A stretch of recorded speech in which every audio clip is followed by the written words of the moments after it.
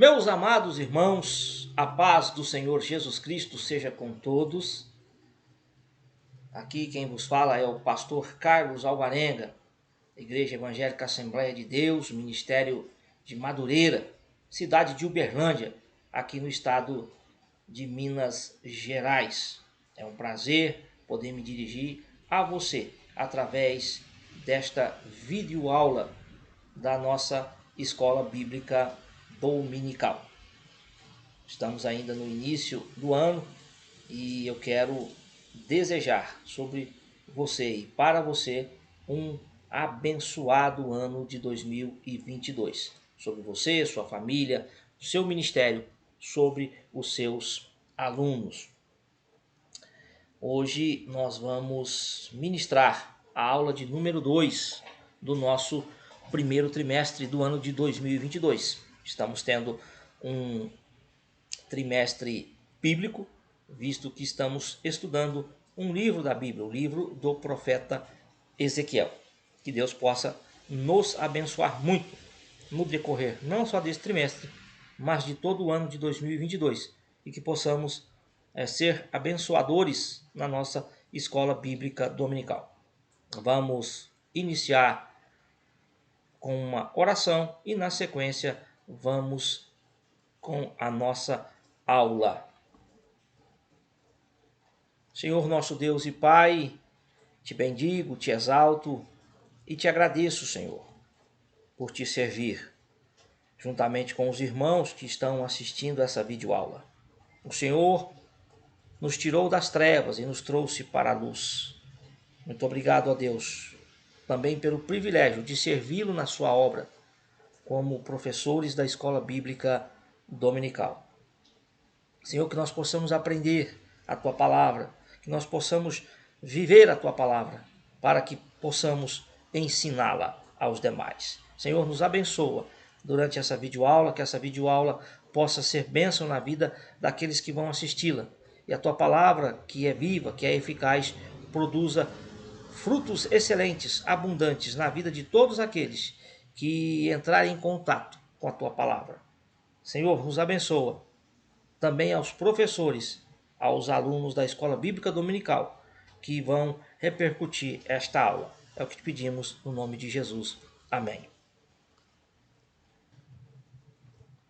A nossa aula de hoje é a aula de número 2. O desafio do profeta no cumprimento da missão.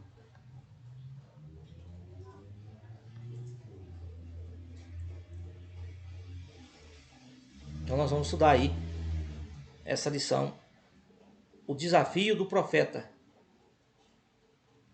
no cumprimento da sua missão.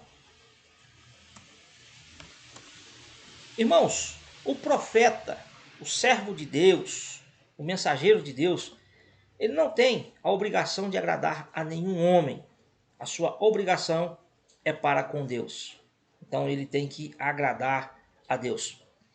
Eu me recordo daquele episódio lá no início da igreja, quando os discípulos Pedro e João são presos, e aí os membros ali do Sinédrio, dizem: não falem mais no nome de Jesus. E a resposta dos dois discípulos foi: importa agradar a Deus e não aos homens. Nós, como servos de Deus e também mensageiros do Senhor, precisamos ter essa convicção. Antes de tudo, acima de tudo, apesar de tudo, agradar a Deus. As palavras do profeta, elas devem servir para edificar, para consolar, mas também exortar.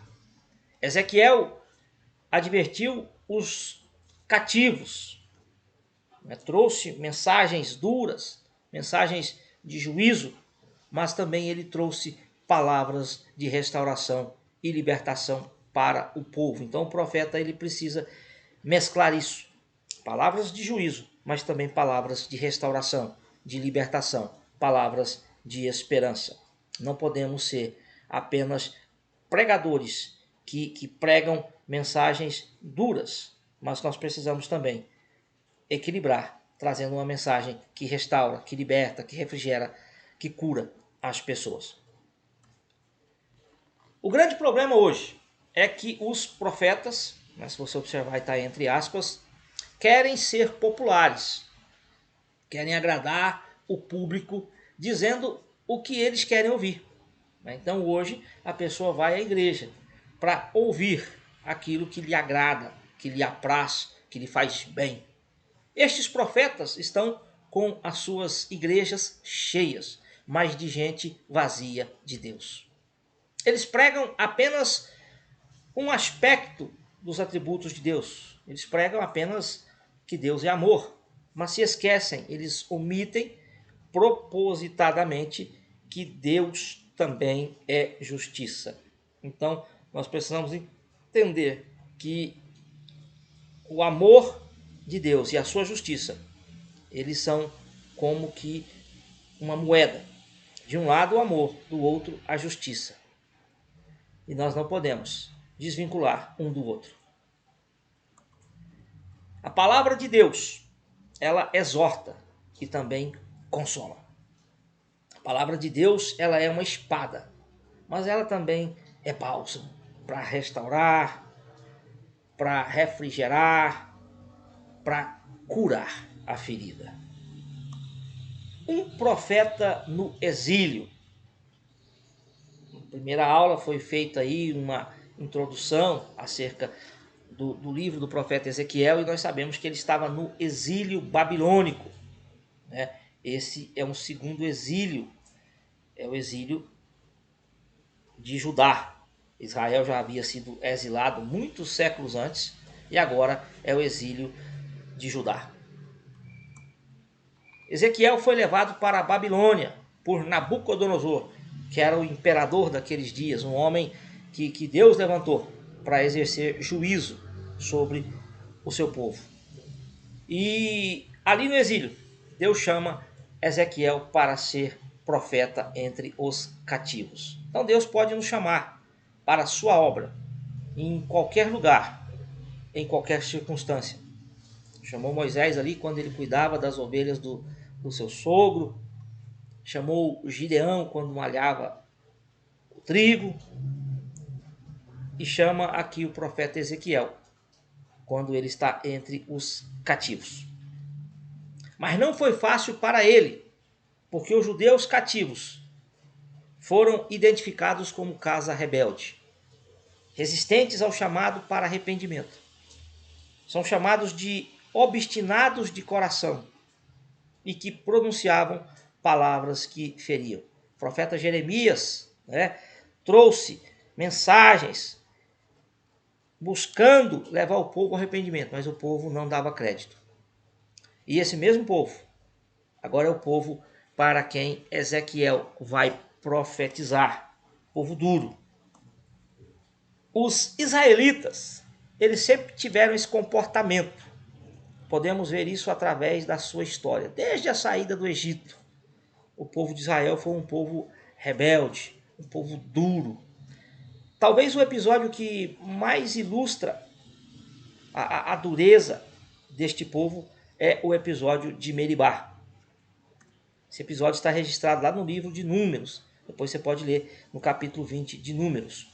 Números capítulo 20, o verso 13, diz assim: Estas são as águas de Meribá, porque os filhos de Israel contenderam com o Senhor, e se santificou neles. É um episódio onde eles murmuram por falta d'água, e a murmuração ela é tão grande que leva Moisés, ao invés de falar a rocha, ele fere a rocha. E isso vai trazer um grande prejuízo para Moisés. Moisés vai ser impedido de entrar na terra prometida, porque ele desobedece a Deus. E aquele episódio fica conhecido como as águas de Meribá. Olha o que o Salmo 95:8 fala sobre aquele episódio. Não endureçais os vossos corações, assim como na provocação, e como foi no dia da tentação no deserto. Olha o que se diz de Israel no profeta Isaías, capítulo 48, verso 4. Porque eu sabia que eras duro, isso é Deus falando, e a tua cerviz um nervo de ferro, e a tua testa de bronze. Ou seja, a cerviz aqui, né? A parte da coluna de ferro, não dobra. Então o povo de Deus era um povo duro, obstinado, povo terrível. E o próprio Senhor Jesus, ele foi rejeitado. Foi rejeitado em Nazaré, foi rejeitado pelos religiosos, pela multidão.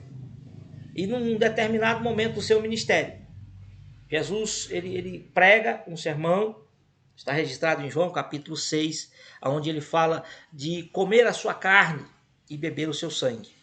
E aí as pessoas dizem assim, duro é este discurso, quem pode ouvi-lo? Está em João capítulo 6, verso 60. E depois chega-se à conclusão, verso 66. E muitos dos seus discípulos deixaram de segui-lo. Deixaram de seguir Jesus por quê? Porque Jesus trouxe uma palavra dura, um divisor de águas. Porque Jesus diz assim, quem não come do meu corpo e não bebe do meu sangue, não tem parte comigo. Isso aí chocou as pessoas e elas se afastaram do Senhor Jesus Cristo. A palavra de Deus tem esse poder. Ela tem o poder de levar pessoas a uma decisão, de crer nela ou de rejeitá-la. Aqui houve uma rejeição para prejuízo dessas pessoas. Uma pergunta, que tipo de ouvinte somos nós? Será que realmente nós damos ouvidos à palavra do Senhor? Será que quando Deus fala conosco, por meio da sua palavra mesmo, né? Porque tem muita gente que fica andando apenas atrás de profeta, de revelação. Não, irmão. A revelação é a palavra. A revelação é a palavra. Óbvio que Deus usa pessoas para falarem conosco. Mas nem todo mundo que diz que Deus está falando realmente está sendo usado por Deus. Toma cuidado com isso. Então, eu volto a te fazer essa pergunta. Que tipo de ouvinte somos nós? Será que realmente damos ouvidos à palavra do Senhor? Jesus lá no Evangelho de João, capítulo 8, ele vai dizer para os fariseus, né, que o perseguiam. A minha palavra não penetra em vós. Pessoas endurecidas. Mas que nós possamos dar ouvidos à palavra do Senhor. Mesmo que seja uma palavra dura. Que nós possamos ouvi-la.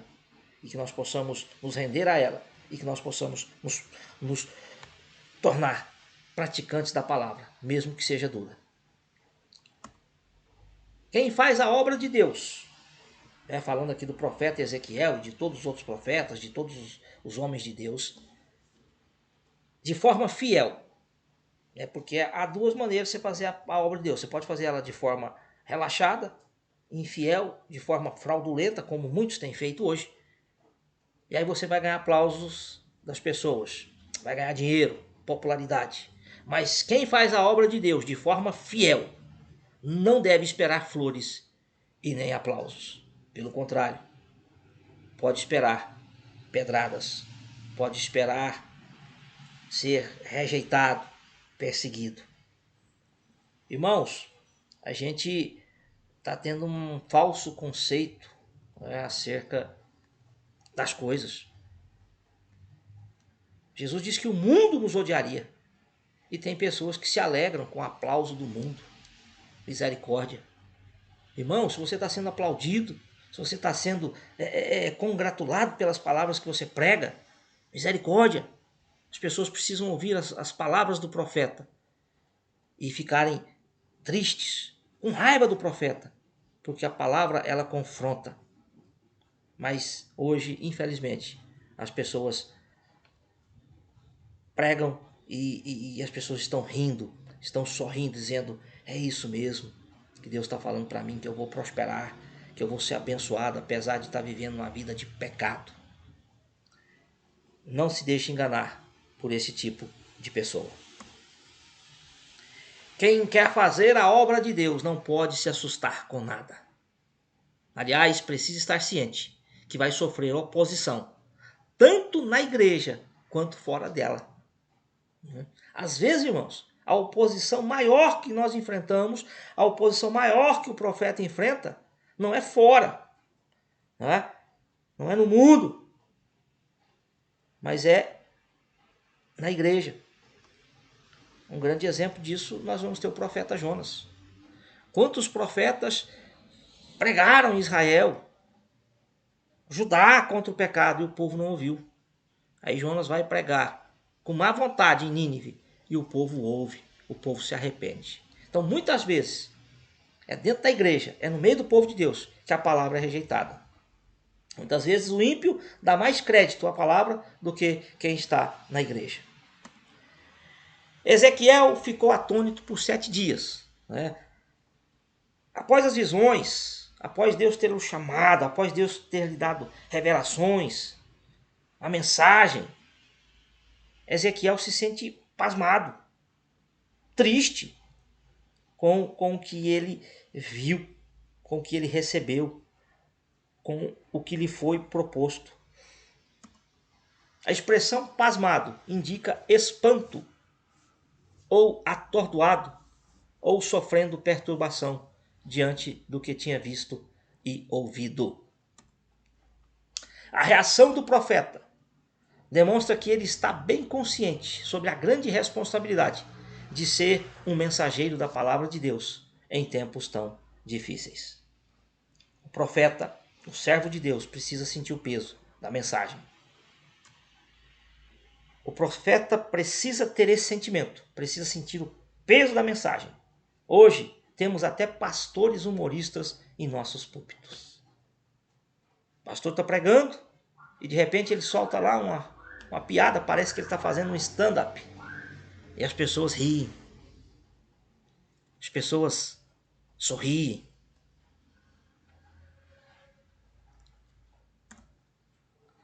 Eu me lembro de Abraão, quando o Senhor visita Abraão e ele diz a Abraão que vai destruir Sodoma e Gomorra.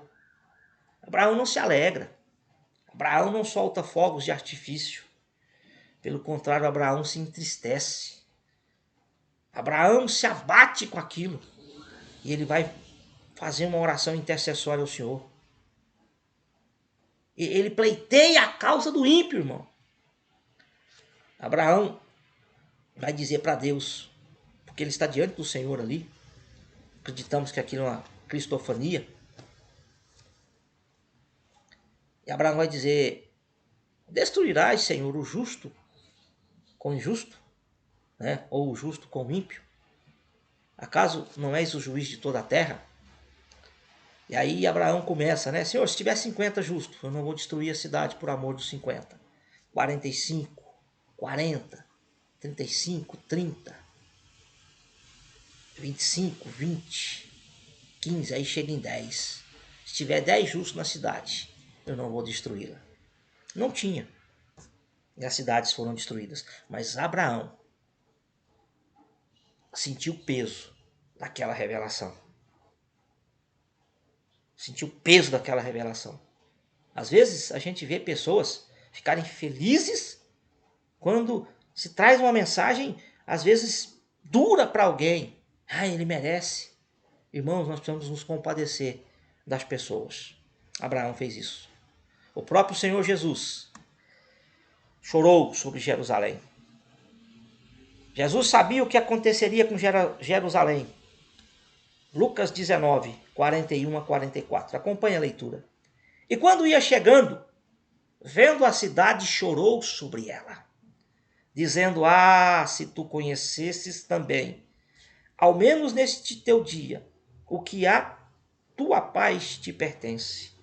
Mas agora isto está encoberto aos teus olhos, porque dias virão sobre ti, em que os teus inimigos te cercarão de trincheiras, e te sitiarão, e te estreitarão de todos os lados, e te derrubarão, a ti e aos teus filhos que dentro de ti estiverem, e não deixarão em ti pedra sobre pedra, pois que não conhecestes o tempo da tua visitação. Jesus está vislumbrando, né, o que vai acontecer no ano 70. O cerco e a destruição de Jerusalém pelo Império Romano, sob o comando do general Tito. Jesus chorou sobre a cidade. Jesus podia rir. Jesus podia tripudiar. Jesus podia dizer assim: dentro de 3 dias eu estarei crucificado. Mas vocês vão pagar o preço. pela rebeldia de vocês, não. Jesus chorou sobre Jerusalém. Irmãos, um dia eu estava ouvindo um pastor pregar, pastor Ricardo Gondim, Assembleia de Deus, lá de Fortaleza, no Ceará. E aí ele disse que uma senhora foi até o escritório dele, foi recebida por ele, e a mulher entrou na sala, pisando duro, com o dedo em riste no rosto dele, e disse assim: Deus manda te dizer que ele vai destruir essa cidade. Deus vai mandar fogo sobre Fortaleza. Isso é testemunho do pastor Ricardo Gondim, numa de suas mensagens. E Deus se apressa em fazer isso. E aí o pastor olhou para a irmã e disse assim: a senhora é uma falsa profetisa. A mulher assustou e disse: mas por que o senhor está dizendo isso? É só porque o senhor é um pastor reconhecido, de nome, e está me desprezando porque eu sou anônimo, eu sou pequeno? Não, não, não. Não estou desprezando a profecia da senhora por causa do seu tamanho, mas é da sua postura. Porque a senhora está entregando uma mensagem de juízo com ar de satisfação, com ar de alegria. Nunca, irmão, podemos entregar uma mensagem de juízo sorrindo, alegre, mas sim com o coração contrito, com os olhos cheios de lágrimas, porque o juízo de Deus é terrível. E Ezequiel sentiu esse peso. Que nós, como professores, como profetas, proclamadores da palavra de Deus, sintamos o peso da poderosa mensagem da palavra de Deus. Vivendo com os cativos, Ezequiel estava no cativeiro. Ele não estava na cidade de Babilônia, mas ele estava em Tel Abib, às margens ali do rio Quebar, e ele vivia junto com os moradores. Isso fala de Deus sempre interagindo com o ser humano. Deus sempre se manifestando de uma maneira ou de outra para trazer uma palavra de salvação para as pessoas. Então Ezequiel estava ali em meio aos cativos. Como você reage diante de uma situação dessa? Ele estava cativo, fora de casa, numa terra estranha. Ele podia muito bem dizer: eu não vou pregar. Deus está me punindo. Então, não quero saber disso. E tem muita gente assim, quando está passando a prova, quando está passando por uma adversidade, não quer saber das coisas de Deus. Até se afasta da igreja. Não podemos reagir assim. Mesmo no cativeiro, nós precisamos ter a postura do profeta Ezequiel, de estar entre os perdidos e de lhes ministrar a palavra de Deus. 1.3. Esteve no meio deles um profeta de Deus. Então, nós vamos ter essa palavra lá em Ezequiel 33:33. Irmãos, o que respalda o ministério do profeta não é a popularidade, não é a aprovação humana, não são os aplausos, não. A aprovação do ministério do profeta vem de Deus e não dos homens. Uma coisa que nós precisamos entender e que as pessoas fecham os olhos para isso é que popularidade e crescimento não significa que Deus está se agradando. Eu vou repetir. Popularidade e crescimento não significa que Deus está se agradando. Nem sempre o que dá certo é o certo. Lembre-se disso. Nem sempre o que dá certo é o certo. Quando Deus diz para Moisés: fala a rocha que vai sair água, o que Moisés faz? Ele bate na rocha 2 vezes. Saiu água? Saiu. Deu certo? Deu. Mas não era o certo. Então nós precisamos entender que muitas vezes as coisas estão acontecendo, mas não estão sendo aprovadas por Deus. Nem tudo que reluz no meio do povo de Deus vem de Deus. Segundo ponto, como lidar com sentimentos e emoções. Num contexto de exílio, de revolta, indiferença à mensagem, de rebeldia, de visões e revelações de grande impacto, é de se imaginar o efeito produzido na mente, nas emoções e nos sentimentos de Ezequiel. Isso impacta, irmãos, o nosso emocional. Por isso é necessário o equilíbrio, ter uma vida controlada pelo Espírito, ter uma vida integral, uma vida curada, para que nós não sejamos pessoas emotivas, pessoas sentimentais. Nós precisamos ser pessoas espirituais, mas não sentimentais, não emotivas. Confronto com a verdade. Raras são as pessoas que aceitam ser confrontadas. Ninguém gosta de ser confrontado. A gente sempre fica na defensiva, querendo se explicar, mas são raras as pessoas que aceitam ser confrontadas. O ser humano tem dificuldade de lidar com confrontos, de ter os seus pecados expostos. Acabe tinha grandes problemas com o profeta Micaías. Tanto é que ele vai dizer, para o rei Josafá: eu não te disse? Ele sempre fala mal sobre mim. Mas não é que ele falava mal sobre Acabe por querer, por um capricho, por não gostar de Acabe. Porque Acabe era mau.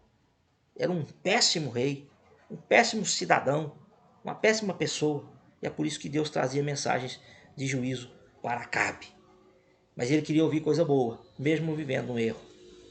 Um outro exemplo de alguém que não gostou de ser confrontado foi Herodes. Ele mandou prender João Batista, após esse tê-lo acusado de ser adúltero, pois ele estava possuindo a mulher de seu irmão Filipe. E mais por pressão de Herodias que acontece essa prisão, e mais tarde, João vai ser decapitado. Mas por quê? Porque essas pessoas não gostaram de ser confrontadas. Davi foi confrontado pelo profeta Natã. E aí ele vai dizer que pecou contra o Senhor. Nós tenhamos a reação de Davi ao sermos confrontados. Pequei contra o Senhor. E aceitamos a repreensão e o castigo. Porque tem gente que acha que vai errar, que vai semear o mal, vai vir a repreensão, ele vai se arrepender e ele não vai colher o fruto, irmão. Vai colher o fruto. O perdão não te isenta de colher o fruto. Davi colheu amargos frutos daquele adultério e aquele assassinato. Então, a gente precisa ter em mente isso. Quanto menos errar, menos vamos sofrer. Porque todo erro é uma semente que vai germinar e nós vamos pagar lá na frente. A esperança por um fio. A esperança é a última que morre. É um ditado popular, um ditado bem antigo, Mas mesmo em meio àquele caos, em meio àquela turbulência, aquela situação aparentemente irreversível, Deus traz uma mensagem de esperança para o seu povo, dizendo que o povo será restaurado, que o povo vai voltar para a terra dele. Então, irmãos, mesmo em meio ao caos, mesmo em meio a situações adversas, o Senhor tem uma mensagem de esperança para nós. Sejamos pregadores da justiça, sejamos pregadores do juízo, mas também sejamos pregadores da esperança. A Bíblia diz que Jesus veio em graça e verdade. Não diz que ele veio em verdade e graça, porque primeiro vem a graça e depois a verdade. Porque você precisa ter graça para dizer a verdade. Muitas coisas que se diz de uma forma abrupta matam mais do que o próprio juízo que será pronunciado. Então Jesus tinha palavras de graça, mas palavras de verdade. Então, que as suas palavras sejam palavras de graça e verdade. Mas também para afirmar que era apenas por um período, que aquele cativeiro ia ter um fim, 70 anos, e animar o povo. Então, o profeta também tem que trazer uma mensagem de esperança, de ânimo para o povo. A advertência de Deus ao profeta. O profeta ficou impedido de falar ao povo, ele ficou mudo e só voltou a falar quando o Senhor lhe permitiu. E a mensagem seria: assim diz o Senhor, quer ouçam, quer deixem de ouvir. o pregador do evangelho, o profeta, tem que ministrar a mensagem, a palavra, mesmo que as pessoas não ouçam, mesmo que as pessoas rejeitem. Um profeta destemido, o profeta tem que ser alguém destemido, alguém ousado. Você vai ver que todos os profetas na Bíblia foram homens ousados, homens destemidos. E um servo de Deus, ele precisa ser ousado, ele precisa ser destemido. Na carta de Paulo a Timóteo, diz assim, que Deus não nos deu o espírito de temor. Sejamos ousados. Destemido é um adjetivo. O adjetivo é aquilo que denota, exprime qualidade de algo. Então, o destemido é aquele que não teme. É uma pessoa corajosa, intrépida, valente. Destemor. Então, que nós sejamos destemidos. É grande a responsabilidade dos que anunciam a mensagem vinda da parte de Deus. É preciso proclamar a palavra no poder do Espírito e manter-se fiel à mensagem. Independentemente de as pessoas gostarem ou não, o papel do profeta de Deus é transmitir a mensagem com autenticidade, sem erros e sem intransigência. Ele precisa entender que ele está pregando a verdade vinda de Deus. 2 Pedro 1, 20 e 21. Sabendo, primeiramente isto, que nenhuma profecia da Escritura é de particular interpretação, porque a profecia nunca foi produzida por vontade de homem algum, mas os homens santos de Deus falaram, inspirados pelo Espírito Santo. Mas só porque o profeta tem a verdade, ele não pode matar ninguém, é o que eu disse. Graça e verdade. A Bíblia diz que quem ama busca sempre o bem, mesmo quando causa feridas. Provérbios 27, 6. Leais são as feridas feitas pelo amigo, mas os beijos do inimigo são enganosos. Então, às vezes, você falar a verdade, você vai ferir a pessoa, só que você vai estar ajudando ela. Quantas e quantas pessoas traiçoeiras, lisonjeiras, dizendo aquilo que as pessoas querem ouvir, para ficarem bem na fita, como dizem aí, né? E aí você acaba prejudicando aquela pessoa, quando deveria lhe dizer a verdade. Por exemplo, se alguém falar para mim assim, irmão, você pode gravar um CD, né? Nem tem CD mais, irmão, você pode gravar um CD aí que Deus vai te abençoar. Ele vai estar fazendo o quê? Ele vai estar me lisonjeando, porque se eu cantar, irmão, sai todo mundo correndo. Então, você precisa falar a verdade. Às vezes a pessoa canta mal, mas a pessoa, para não ficar mal, diz assim, não, irmão, pode gravar o CD, pode gravar o DVD. E a pessoa vai lá, grava o CD, grava o DVD e não vende. É um fracasso. A pessoa fica desestimulada. Por quê? Porque ela não foi, digamos assim, repreendida. Ela não foi confrontada, dizendo, olha, isso aí não é para você. Você deve ter um outro talento, você deve ter um outro dom. Então, leais são as feridas feitas pelo amigo. Seja amigo, seja leal. Diga a verdade para as pessoas. Não as engane. Se está ruim, irmão, isso aí não é para você não. Você pode melhorar, você pode atuar em outra área. Irmã, você pode atuar em outra área. Mas não vamos ser falsos lisonjeiros só para agradar as pessoas. Os desgastes do ofício. Irmão, servir a Deus não é fácil. Não é fácil como ser um crente, um leigo, né? Só dizem assim, o membro da igreja ali. Não é fácil como obreiro, não é fácil como um profeta. É desgastante, né? Por isso a gente tem visto aí muitos pastores, infelizmente, entrando pelo caminho do suicídio, a crise de burnout, que é uma depressão. Quantas e quantas pessoas estão aí encostadas porque o ministério desgasta. Pregar desgasta, confrontar desgasta. Então, aquele profeta estava desgastado também, estava sendo afligido. E é por isso que eu digo que a gente precisa sempre estar assistido pelo Espírito Santo, ser uma pessoa inteira, integral, não fragmentada, não quebrada, para que possamos ser usados pelo Senhor e não venhamos a ter esse tipo de desgaste. A vontade de Deus nunca deve ser transmitida de acordo com a vontade do povo. Você não está ali para agradar o povo. Você não está ali para ser animador de auditório. Você não está ali para fazer comédia stand-up. Você não está ali para massagear o ego de ninguém. Você está ali para pregar a palavra de Deus. E a palavra de Deus, ela confronta. A palavra de Deus, ela corrige. A palavra de Deus corta. Mas a palavra de Deus também cura. Como eu disse, ela é bálsamo para te restaurar. A mensagem deve estar de acordo com a vontade de Deus e a necessidade do povo. Deus sabe qual é a nossa necessidade.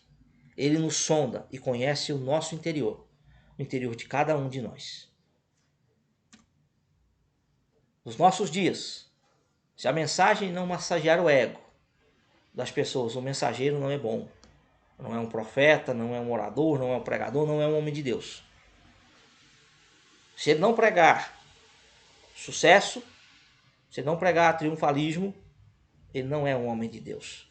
Isso é um engano, irmãos, que precisa ser extirpado no nosso meio. O que não pode acontecer é o profeta de Deus mudar o que deve ser dito para atender as pessoas. Não, se eu disser isso aqui, eu vou perder a agenda. Se eu disser isso aqui, vão cancelar os meus convites. Aí eu te pergunto, mais uma vez, a pergunta do início da aula. Você quer agradar a quem? A Deus ou ao homem? Se você quer agradar o homem, diga o que eles querem ouvir. Mas você vai pagar um preço por isso. Agora, se você quiser agradar a Deus, diga o que Deus quer que você diga. Diga o que Deus quer que você fale. Não fique inventando, irmão. Me lembrei aqui agora. Davi tinha o desejo de construir o templo. E aí Natan chega lá e por ele e dele diz assim: vai e faze conforme o teu coração, que o Senhor vai te prosperar. Que o Senhor vai abençoar você na construção do templo. Aí Deus pega Natan e diz: eu te falei isso, Natan? Eu disse que Davi ia construir o templo? Não, Senhor. Então vai lá e fala para o rei. Aí ele teve que voltar lá e dizer: você não vai construir o templo. Você é um homem sanguinário. Quem vai construir o templo é seu filho, Salomão. Diga o que Deus quer que seja dito. E o resultado, a responsabilidade dele para com você e com a palavra é dele. Deus diz que vela pela sua palavra para cumprir. Ela não volta vazia. Então, a nossa missão é difícil, mas ela é simples. Entregar a palavra de Deus. O resultado não é conosco, irmão. É com Deus. É com a palavra. Concluindo, o profeta Ezequiel foi fiel ao Senhor Deus, cumprindo uma a uma as ordens que recebera. Embora sua tarefa fosse muito difícil, ele não recuou, não abriu mão da perseverança, da esperança e da fé em Deus, no que diz respeito à libertação e restauração do povo de Israel. Ele não desistiu de pregar a mensagem de Deus. Sabe por quê? Porque ele confiou que o resultado da pregação dele não era da conta dele, e sim de Deus. Às vezes a gente acha que somos nós quem vamos converter as pessoas.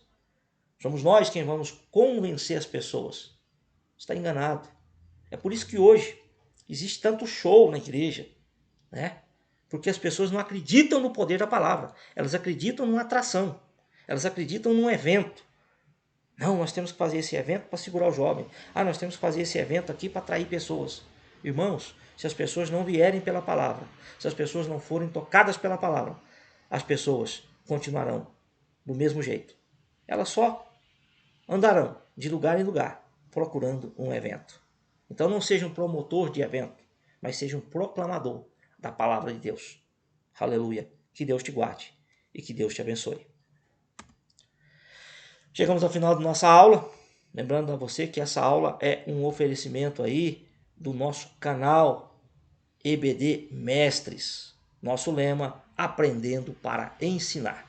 Que Deus te abençoe e que você tenha tido uma excelente aula, um excelente aprendizado, que você possa ministrar a palavra de Deus com eficácia, com poder e graça diante dos seus alunos. Que Deus nos guarde e nos abençoe e até a próxima aula, no nome santo de Jesus Cristo, o nosso Senhor e Salvador.